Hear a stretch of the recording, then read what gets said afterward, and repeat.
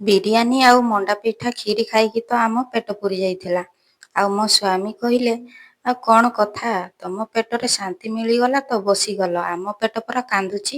ଯାଉନ ଚିକେନଟାକୁ ଜଲ୍ଦି ରୋଷେଇ କରିବ ଖାଇବା। ଆଉ ମୁଁ କହିଲି ହଉ ଏବେ ଯାଇକି ଜଲ୍ଦି ରୋଷେଇ କରିଦଉଛି ଖାଇବ।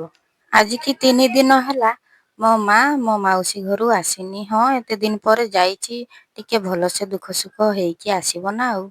ଆଉ ଡେରି ନ କରି ମୁଁ ଜଲ୍ଦି ଜଲ୍ଦି ଚିକେନ ରୋଷେଇ କରିତେ ଲାଗିଗଲି। ମସଲାକୁ ପେଷିଦେଲି ଆଉ ଫ୍ରିଜରେ ବିଲାତି ଦେଖିଲା ବେଳକୁ ବିଲାତି ସରିଯାଇଛି। ତ ବିଲାତି ଟିକେ ହେଇଥିଲେ ଭଲ ହେଇଥାନ୍ତା। ତ କିଛି ନାହିଁ, ଆଳୁ ଅଛି, ଆଳୁ ମିଶେଇଦେଲି। ଆଉ ଜଲ୍ଦି ଜଲ୍ଦି ମସଲା ଗୁଡ଼ାକୁ କଷିଦେଲି। କଷିକି ଚିକେନ ଦେଇଦେଲି। ଚିକେନ ଦେଇଦେଲା ପରେ ମୁଁ ଥାଳି ଗୋଟେ ଢାଙ୍କି ଦେଲି। କଷା ହବାକୁ ତ ଟିକେ ଲେଟ୍ ହେବ, ତ ମୁଁ ଚାଲିଗଲି ଦେଖିବାକୁ ଯେ ସେମାନେ କ'ଣ କରୁଛନ୍ତି।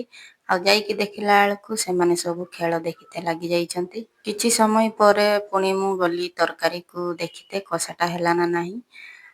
ଦେଖିଲା ବେଳକୁ ପୁରା ଭଲସେ କଷା ହେଇଯାଇଥିଲା। ଆଉ ମୋ ପୁଅ ବାସନା ଶୁଙ୍ଘିକି ପହଞ୍ଚିଗଲା ତାଟିଆ ଧରିକି କଷା ନେବ ବୋଲି।